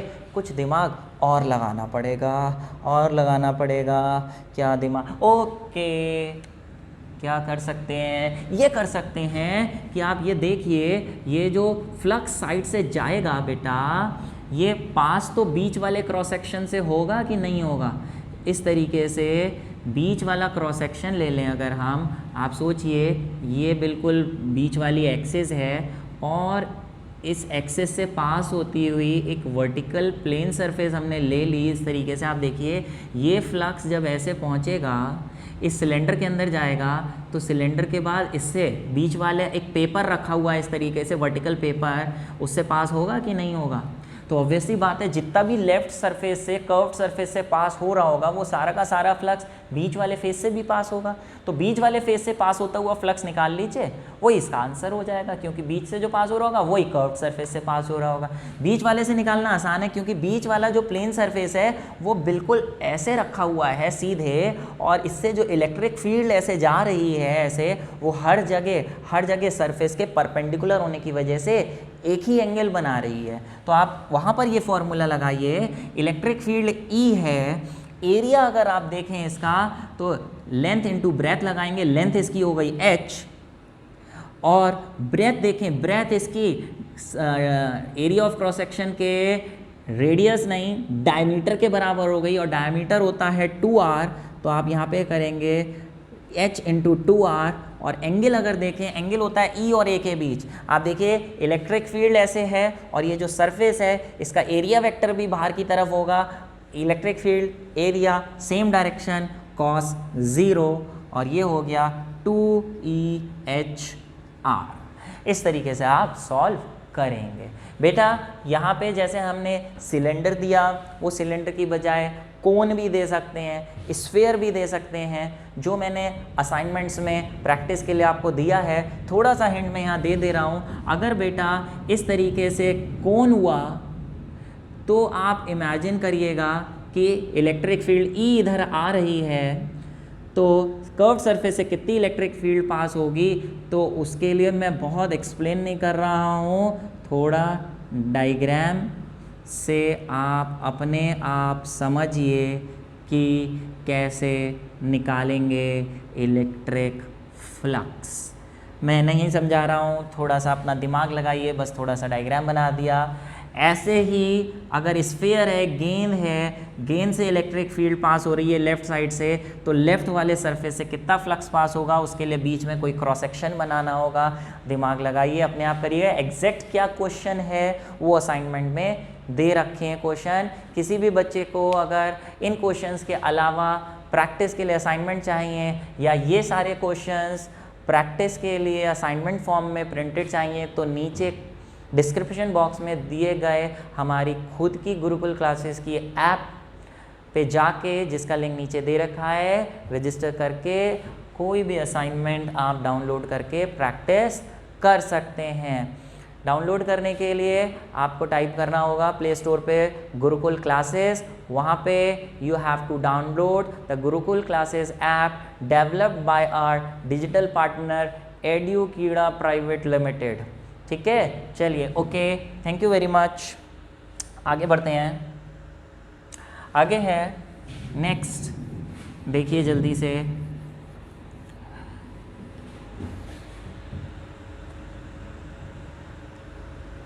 Uniform electric field.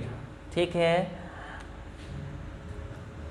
बहुत बेहतरीन क्वेश्चन है बेटा, एनसीईआरटी में भी इस तरीके से क्वेश्चन है, एक सिमिलर बिल्कुल।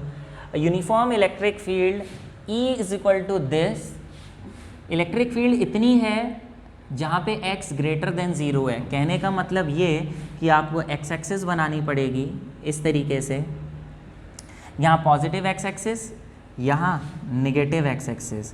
ऑब्वियसली ओरिजिन से आगे की तरफ x की वैल्यू ग्रेटर देन 0 होगी, और ओरिजिन से लेफ्ट की तरफ x की वैल्यू लेस देन 0 होगी। तो जहाँ ग्रेटर देन 0 है वहाँ इलेक्ट्रिक फील्ड ऐसी है। Electric field x is greater than 0 पे कितनी है, EX, I cap. I cap का मतलब यहाँ प्लस लिखा हुआ है, इसका मतलब इलेक्ट्रिक फील्ड प्लस आई कैप के अलोंग है, और प्लस आई कैप किसके अलोंग होता है, पॉजिटिव एक्स एक्सिस के अलोंग। यानी जितना भी ये वाला जो रीजन है यहाँ पे electric field positive x axis के अलोंग है, ऐसी इलेक्ट्रिक फील्ड है, ठीक है। जबकि x लेस देन जीरो, जहाँ लेस देन जीरो है वहाँ इलेक्ट्रिक फील्ड माइनस ई एक्स दे रखी है आई कैप। इसका मतलब ये है माइनस आई कैप का मतलब निगेटिव एक्स एक्सिस, जहाँ पे जितना region x less than zero है उस रीजन में electric field negative X axis के अलोंग है। यानी ऐसे है कितनी ई एक्स, यहाँ भी ई एक्स वहाँ भी ई एक्स, लेकिन ये निगेटिव में इधर की तरफ और वो उधर की तरफ, ठीक है। कह रहे हैं एक राइट सर्कुलर सिलेंडर है of length l, radius r centimetre, l centimetre, has its center at the origin and its axis along positive x axis। एक सिलेंडर रखना है लेटा हुआ x axis के along, जिसका सेंटर बीचों बीच है, ये लीजिए रख दिया, ये सिलेंडर हमने इस तरीके से रख दिया, ओके। जिसकी लेंथ l है और सेंटीमीटर में, और रेडियस कितना है r, ठीक है। अभी बोल रहे हैं find the net outward flux, ठीक है, और net charge. Net outward flux निकालना है और नेट चार्ज निकालना है इसके अंदर। बेटा बहुत सिंपल, आप ये देखिए, इधर की तरफ बात करें तो ये वाला जो फेस है इससे इलेक्ट्रिक फील्ड ऐसे है, तो यहाँ से ऐसे निकल रही होंगी इलेक्ट्रिक फील्ड लाइंस, जबकि इस वाले फेस से, इधर वाले फेस से इलेक्ट्रिक फील्ड लाइंस ऐसे निकल रही होंगी। जबकि इसका कर्व्ड सरफेस है, इससे कोई भी इलेक्ट्रिक फील्ड लाइन ऐसे या ऐसे नहीं निकल रही होगी, क्योंकि इलेक्ट्रिक फील्ड ऊपर नीचे बाहर की तरफ है ही नहीं, सिर्फ एक्स एक्सिस के अलोंग होने की वजह से सिर्फ इसके साइड वाले जो फेसेस हैं उसी से ही पास होगी, ठीक है। तो कह रहे हैं नेट फ्लक्स निकालिए। बेटा अगर जितना निकल रहा है उतना ही एंटर कर रहा होता तो नेट फ्लक्स जीरो होता, लेकिन एक बात तो ये दोनों तरफ इक्वल फ्लक्स है, क्योंकि इक्वल इलेक्ट्रिक फील्ड है, इक्वल एरिया है, लेकिन इधर से भी बाहर निकल रहा है, इधर से भी बाहर निकल रहा है, तो नेट फ्लक्स निकालने के लिए दोनों फ्लक्स को हम ऐड कर देंगे। ए फ्लक्स की बात करें तो फ्लक्स का फॉर्मूला ई डायरेक्टली लगा दे रहे हैं। इलेक्ट्रिक फील्ड यहाँ पे है ई एक्स, और एरिया इसका देखें सर्कुलर फॉर्म में होगा सिलेंडर का क्रॉस सेक्शन, तो पाई आर स्क्वायर। जबकि अगर बी वाले फेस पे देखें तो बी वाले भी फेस पे बाहर की तरफ है, प्लस में ही होगा इलेक्ट्रिक फ्लक्स, है ना, और इलेक्ट्रिक फील्ड वहाँ पे ई एक्स है और एरिया भी उस वाले फेस का पाई आर स्क्वायर, दोनों का फ्लक्स सेम। तो नेट फ्लक्स निकालने के लिए दोनों को अगर हम ऐड कर दें तो ये ट्वाइस हो जाएगा, 2 पाई आर स्क्वायर। बेहतरीन क्वेश्चन, बहुत छोटी छोटी कैलकुलेशंस हैं, क्वेश्चन कितना बड़ा, कैलकुलेशन कितनी छोटी, कंसेप्ट क्लियर होना चाहिए। क्या करना है न्यूमेरिकल में, ट्रेस एंड ट्रैक की technique, trace track technique, T cube, पहले ट्रेस कर लिया फिर ट्रैक करिए कैसे करना है और टेक्निक लगा के सॉल्व हो जाएगा, ओके। तो फ्लक्स आ गया, अब नेट चार्ज भैया अपने आप निकाल लो।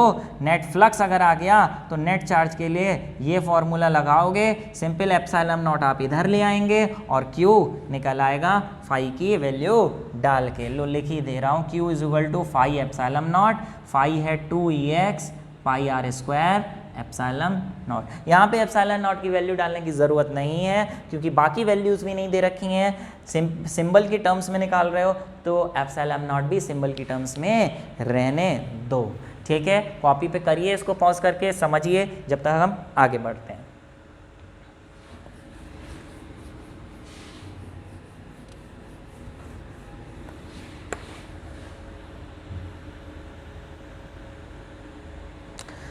बहुत बढ़िया बेटा। अभी जो क्यूब आपने देखा था इससे पिछले वाले से पिछले क्वेश्चन में, उसमें क्यूब बिल्कुल ओरिजिन पे लगा हुआ रखा था, जबकि इसमें थोड़ा दूर कर दिया है। क्वेश्चन वही है, वैल्यूज चेंज हैं। कह रहे हैं electric field components due to a charge inside the cube. Cube की साइड है 0.1 और एक्स एक्सिस से ओरिजिन से डिस्टेंस भी 0.1। कह रहे हैं इलेक्ट्रिक फील्ड दे रखी है अल्फा एक्स, जबकि अल्फा की वैल्यू 500 है, तो डायरेक्ट लिख दे रहा हूँ 500 एक्स न्यूटन पर कूलम। पर मीटर स्क्वायर, सॉरी ये तो अल्फा की वैल्यू थी, ये इलेक्ट्रिक फील्ड दे रखी है। जबकि वाई डायरेक्शन में और जेड डायरेक्शन में इलेक्ट्रिक फील्ड जीरो है, ना ऊपर है ना बाहर की तरफ है, सिर्फ एक्स एक्सिस के अलोंग है, एक्स एक्सिस के अलोंग, ये देखिए सिर्फ एक्स एक्सिस के अलोंग है, सिर्फ एक्स एक्सिस के अलोंग, ठीक है, ई एक्स। लेकिन प्यारे, क्या मैंने सही बनाया? क्या क्वेश्चन में यूनिफॉर्म इलेक्ट्रिक फील्ड है? हर जगह इलेक्ट्रिक फील्ड सेम है, जितनी इधर उतनी इधर, दो लाइन इधर तो दो लाइन इधर? जी नहीं। क्वेश्चन में आप देखिए इलेक्ट्रिक फील्ड एक्स एक्सिस के अलोंग तो है, लेकिन it depends on the value of x. जैसे जैसे x बढ़ेगा, x का मतलब होता है ओरिजिन से डिस्टेंस x एक्सिस की तरफ, जैसे जैसे डिस्टेंस बढ़ेगा वैसे वैसे x बढ़ने की वजह से इलेक्ट्रिक फील्ड भी बढ़ेगी।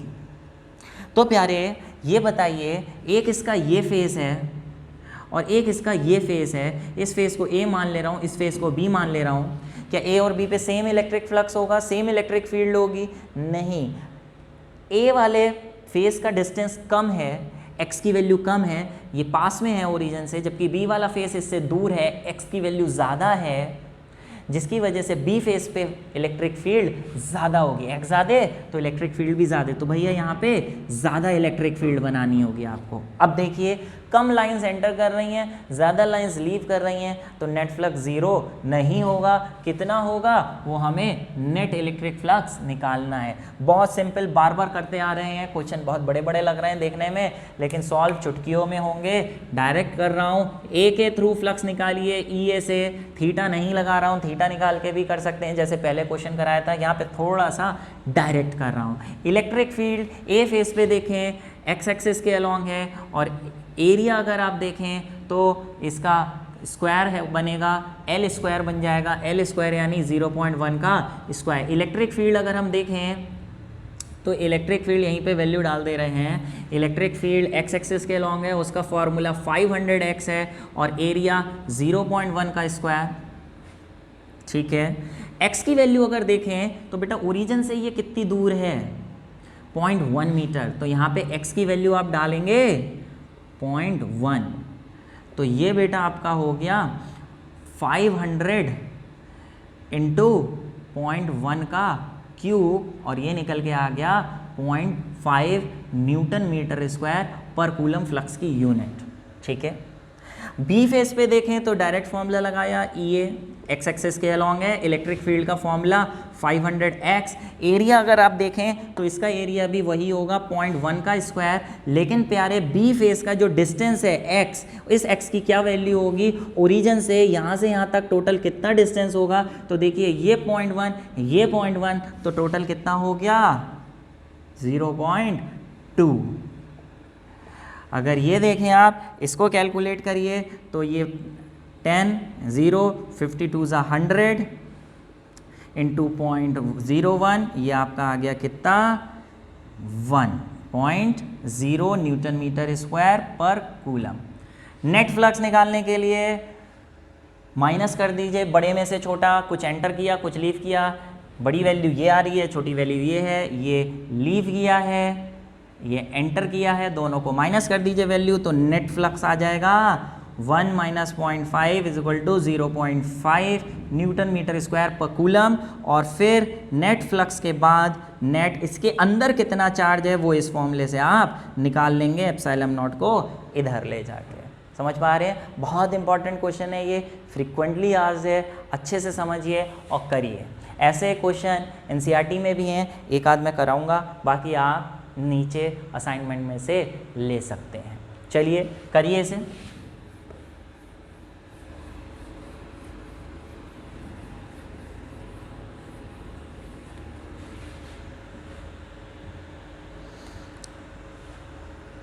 Next, spherical conducting shell of inner radius इतना, आउटर रेडियस इतना, हैज चार्ज क्यू।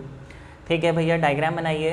कह रहे हैं एक स्फेरिकल कंडक्टिंग शेल है, शेल है बेटा, तो फिर से वही बात, जिसका इनर और आउटर रेडियस दे रखा है, यानी ये इतना मोटा मेटल का शेल है, अंदर से खोखला है, ऐसे बॉल है, इतनी मोटी दीवारों की बॉल है और अंदर से खाली जगह है उसमें, जिसका इनर रेडियस r1 है जबकि आउटर रेडियस R2 है। थोड़ा इसको और मोटा बना लेते हैं,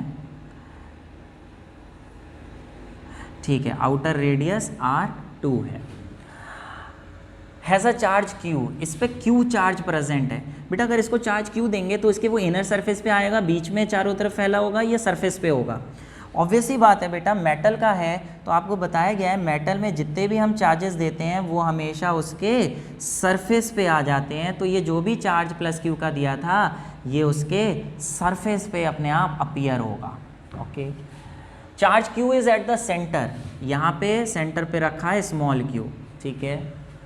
what is the surface charge density of inner and outer surface, ये जो इनर सरफेस है ये और आउटर सरफेस ये, इसकी सरफेस चार्ज डेंसिटी पूछ रहे हैं। हम इसको इनर सरफेस की सरफेस चार्ज डेंसिटी की बात करें, सरफेस चार्ज डेंसिटी सिग्मा से डिनोट होती है, फॉर्मूला होता है चार्ज अपॉन एरिया। तो चार्ज कितना होगा पहले वो देखिए प्यारे, ये इंडक्शन यहाँ पे कंसेप्ट लगेगा, प्लस क्यू की वजह से अंदर वाले सरफेस पे कितना चार्ज आ जाएगा, equal and opposite. Plus Q है तो इधर माइनस माइनस कितना माइनस, माइनस क्यू, और एग्जैक्टली बाहर की तरफ इधर माइनस क्यू आया है तो उतना ही बाहर की तरफ प्लस क्यू आ जाएगा। अब आप अगर इनर सरफेस की सरफेस चार्ज डेंसिटी निकालना चाहते हैं तो जरा चार्ज देखिए, चार्ज कितना है इनर सरफेस पे, इनर सरफेस पे माइनस क्यू का, और एरिया देखें क्योंकि स्फेरिकल है, स्फेयर का एरिया 4 पाई आर स्क्वायर और अंदर का रेडियस कितना है R1, तो ये इनर सरफेस की सरफेस चार्ज डेंसिटी हो गई, ठीक है। अब कह रहे हैं आउटर सरफेस की निकालो। आउटर सरफेस की बच्चे अगर निकालनी है तो आप देखिए आउटर सरफेस का फिर वही formula charge upon area. Outer surface पे चार्ज कितना है, साफ साफ क्यू पहले सा था, इंडक्शन की वजह से क्यू और आ गया तो टोटल चार्ज हो गया Q प्लस Q, और एरिया के लिए बाहर वाले का एरिया लेंगे 4 पाई आर स्क्वायर, लेकिन R2 स्क्वायर, ठीक है, सिंपल सा था। फिर कह रहे हैं right the expression for electric field at a point x greater than R2। कह रहे हैं R2 से भी बाहर एक पॉइंट है ग्रेटर, यहाँ पे इस पॉइंट पे x डिस्टेंस पे जो है ग्रेटर देन R2, इस पॉइंट पे इलेक्ट्रिक फील्ड बताइए। बच्चे गॉस थ्योरम चल रहा है, गॉस थ्योरम से इलेक्ट्रिक फील्ड जब भी निकालनी है तो गॉस थ्योरम से इलेक्ट्रिक फील्ड निकालने के लिए आप हमेशा यही करते हैं, integration of E dot D not times charge enclose inside the Gaussian surface. तो पहले एक इस पॉइंट पे गॉसियन सरफेस बनाइए, ये गॉसियन सरफेस बनाया, इसका छोटा सा एरिया लीजिए जो बाहर की तरफ होगा, और प्लस चार्ज की वजह से इलेक्ट्रिक फील्ड भी बाहर की तरफ होगी, दोनों के बीच एंगल 0 होगा। EDS को आप लिखेंगे EDS cos 0, बार बार वही करवा रहे हो, बार बार वही आ रहा है, बहुत सिंपल हो चुका है। cos 0 1 होता है, E बाहर आएगा, DS का मतलब है छोटा सा एरिया, उसका इंटीग्रेट का मतलब टोटल एरिया, और इस पूरे का अगर टोटल एरिया देखें तो रेडियस इसका क्योंकि x है तो टोटल का एरिया हो जाएगा 4 पाई x स्क्वायर। और चार्ज देखें इसके अंदर, इंडक्शन की वजह से माइनस क्यू प्लस क्यू आया था वो तो कैंसिल हो जाएगा, उसे छोड़ो, लेकिन अंदर था Q और बाहर था Q, तो टोटल चार्ज इसके अंदर जो है वो Q प्लस क्यू है, तो यहाँ Q प्लस क्यू आएगा, Q प्लस क्यू आएगा, और इससे आप इलेक्ट्रिक। ओके बच्चे, तो लास्ट क्वेश्चन का आखिरी स्टेप आप लोग खुद करेंगे, हम लोग अगले क्वेश्चन पे चलते हैं। अगला क्वेश्चन एक बहुत ही बेहतरीन क्वेश्चन है, NCERT का क्वेश्चन है, फ्रीक्वेंटली आस्क्ड क्वेश्चन है, कई एग्जाम्स में पूछा जाता है, इसलिए इसे आप बहुत ही ध्यान से समझिए। काफ़ी देर हो चुकी है हम लोगों को क्वेश्चंस करते करते, आप लोग थक गए होंगे, लेकिन बच्चे आखिरी क्वेश्चन है, जाग जाइए, लास्ट क्वेश्चन बहुत अच्छे से करना है। चलिए पढ़िए क्या है, an early model of an atom considered to have a positively charged point nucleus। बच्चे आगे क्या है, of charge ZE surrounded by uniform density of negative charges।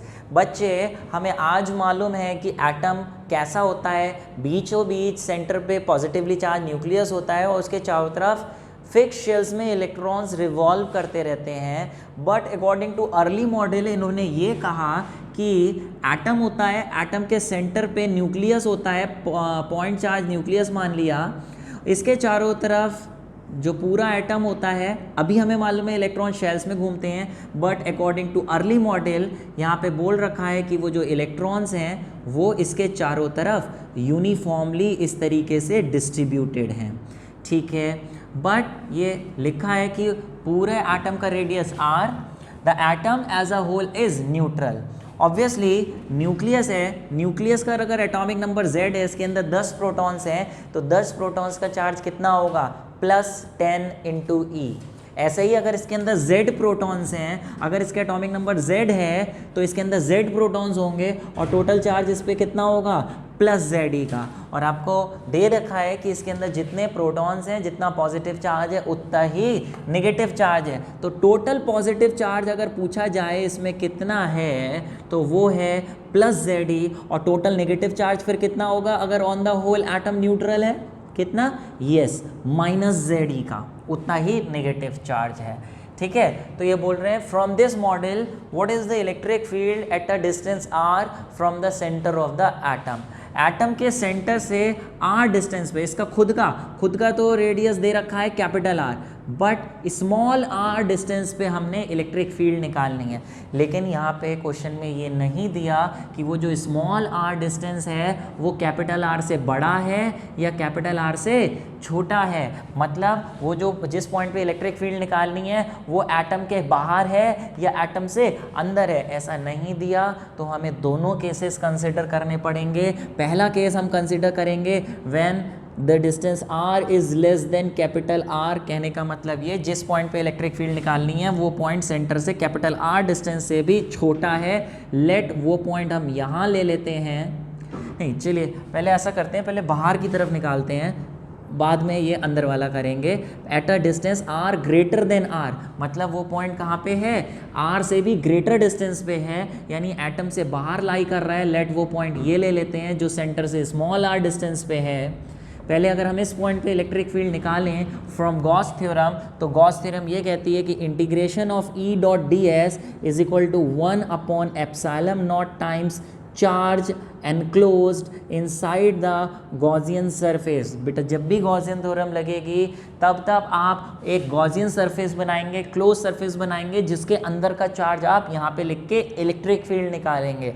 तो अगर इस पॉइंट पे गॉसियन सरफेस बनाएं तो एटम क्योंकि खुद स्फीयर होता है तो गॉसियन सरफेस की शेप भी इसके चारों तरफ कैसी आएगी, स्फेरिकल, ठीक है। इसका छोटा सा एरिया लें, बाहर की तरफ आएगा, इलेक्ट्रिक फील्ड जिस डायरेक्शन में भी आएगी। बट इसमें एक बात ये है कि जो हमने गॉसियन सरफेस बनाया है, इस गॉसियन सरफेस के अंदर का टोटल चार्ज लें तो बेटा जितना पॉजिटिव +ZE है उतना ही नेगेटिव -ZE है। तो -ZE और +ZE मिला के टोटल चार्ज अंदर का कितना हुआ, 0, क्योंकि टोटल चार्ज अंदर का 0 हुआ, जिसकी वजह से आप इधर E.ds के बाद अगर देखें तो राइट हैंड साइड क्योंकि 0 हो जाएगी तो लेफ्ट हैंड साइड भी यहाँ से E निकालेंगे तो कितना निकलेगा, 0।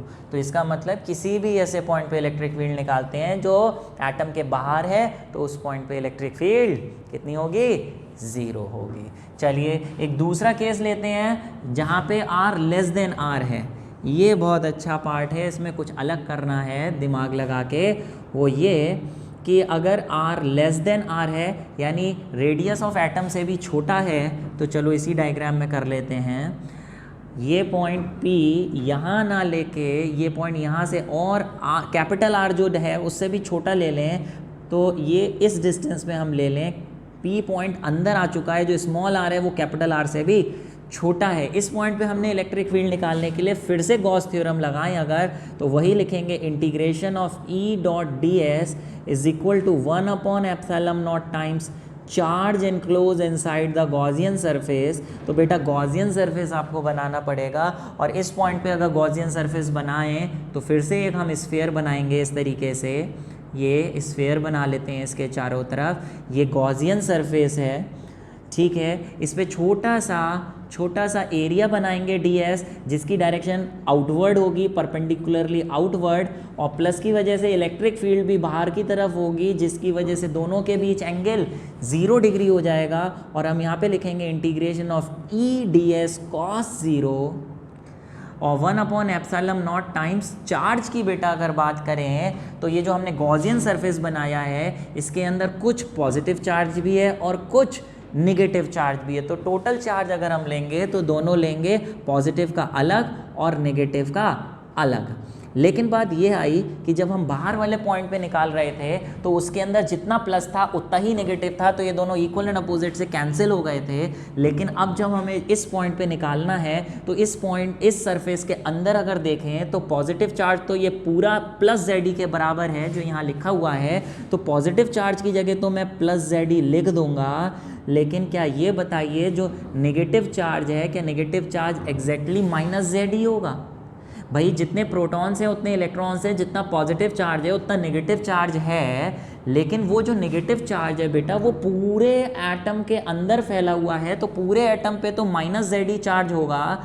लेकिन अगर मैं इस गॉसियन सरफेस के अंदर इतने पार्ट की बात करूं तो क्या इसके अंदर भी माइनस जेड ही होगा? नहीं, कुछ नेगेटिव चार्ज तो बाहर भी है। अंदर की अगर हम बात करें तो अंदर का जो चार्ज है वो ऑब्वियसली जेड ही माइनस जेड ही से थोड़ा कम होगा। कितना होगा वो हमने निकालना है, Q2 कितना होगा वो हमने निकालना है। निकाल के यहाँ रखेंगे और इलेक्ट्रिक फील्ड निकालेंगे। पहले LHS देख लें। LHS में E बाहर आएगा, ds अंदर रहेगा, cos 0 1 होता है। ds का मतलब है छोटा सा एरिया और इंटीग्रेशन ऑफ ds का मतलब है पूरा गॉसियन सरफेस का एरिया। पूरा गॉसियन सरफेस खुद एक स्फीयर है, तो ये हो जाएगा 4πr²। E निकालने के लिए चीज़ नीचे आएगी, लेकिन पहले Q2 निकाल लेते हैं। Q2 का मतलब ये जो गॉसियन सरफेस है इसके अंदर कितना नेगेटिव चार्ज है, इसके अंदर कितना नेगेटिव चार्ज है। नेगेटिव चार्ज निकालने के लिए या तो वॉल्यूम चार्ज डेंसिटी का कंसेप्ट ले लीजिए या फिर मेरा कहना है यूनिटरी मेथड से सिंपल तरीके से निकाल लीजिए। कैसे? पूरा अगर हम एटम लें तो पूरे एटम की वॉल्यूम अगर देखें तो वो है 4/3πr³। अगर पूरे एटम पे चार्ज की बात करें तो कितना चार्ज है? पूरे एटम पे कितना नेगेटिव चार्ज था? Negative charge -ZE। तो यूनिटरी मेथड के हिसाब से इतने पे इतना चार्ज है तो 1 यूनिट वॉल्यूम पे कितना चार्ज होगा? -ZE/4/3πr³। 1 यूनिट पे आ गया। हमें 1 यूनिट पे नहीं निकालना है, हमें इतने पार्ट के अंदर, इस गॉसियन सरफेस के अंदर जो इतना पार्ट आ रहा है इसकी वॉल्यूम निकालनी है। इसकी वॉल्यूम पे कितना चार्ज है वो निकालना है। तो 1 यूनिट पे इतना है तो इतनी वॉल्यूम पे कितना होगा, उसके लिए उसकी वॉल्यूम ले लें, जो वॉल्यूम हो जाएगी 4/3πr³। इसकी वॉल्यूम लेनी है तो इसका रेडियस क्योंकि स्मॉल आ रहा है तो इसकी वॉल्यूम 4/3πr³ होगी। तो 1 यूनिट पे इतना नेगेटिव चार्ज है अगर, तो इतनी वॉल्यूम पे कितना होगा? -ZE/4/3πr³ into 4/3πr³। 4/3 कट गया, बच गया आपका -ZEr³/r³। ये चार्ज आ गया इतने पार्ट का, यानी क्या आ गया? Q2 आ गया। तो हम यहाँ लिख दे रहे हैं =Q2। इसकी वैल्यू हम यहाँ डाल दे रहे हैं Q2 की जगह कितनी? माइनस में ZEr³/r³। कुछ नहीं, यहाँ से ZE कॉमन ले लीजिए, 1/ε0 वैसे ही रहेगा। यहाँ बचा 1 -r³/r³। E निकालने के लिए 4πr² नीचे आएगा, तो 1/ε0 ZE में 1 -r³/r³ का अगर हम LCM लें तो ये r³ -r³ और 4πr² जो नीचे आया, 4π यहाँ लिख दिया, r² यहाँ लिख दिया। इस तरीके से इलेक्ट्रिक फील्ड का फॉर्मूला डिराइव हो गया। बहुत ही बेहतरीन क्वेश्चन है। इसको आप अपने आप पढ़ने के बाद अपने आप सॉल्व करिए। देखने के बाद नहीं समझ में आए तो फिर से देख के जब तक करिए जब तक आपको पूरा समझ में ना आ जाए। फ़िलहाल बच्चे आज के लिए सेशन में इतने न्यूमेरिकल्स थे। प्रैक्टिस के लिए मैंने और बहुत सारे न्यूमेरिकल्स दिए हैं, बहुत ही बढ़िया बढ़िया न्यूमेरिकल्स दिए हैं, सारे मॉडल टाइप क्वेश्चंस थे। इसके अलावा अगर आपको प्रैक्टिस करनी है तो हमारी गुरुकुल क्लासेस की ऐप पे जाके आप असाइनमेंट्स डाउनलोड कर सकते हैं, जिसका लिंक नीचे दे रखा है। नहीं तो प्ले स्टोर पे डायरेक्ट गुरुकुल क्लासेस टाइप करके आप ऐप डाउनलोड करिए, डिज़ाइंड बाय एडुकीड़ा प्राइवेट लिमिटेड, और प्रैक्टिस करिए। तो बच्चे इस चैप्टर के लिए इतना है। उम्मीद है आपको समझ में आया होगा।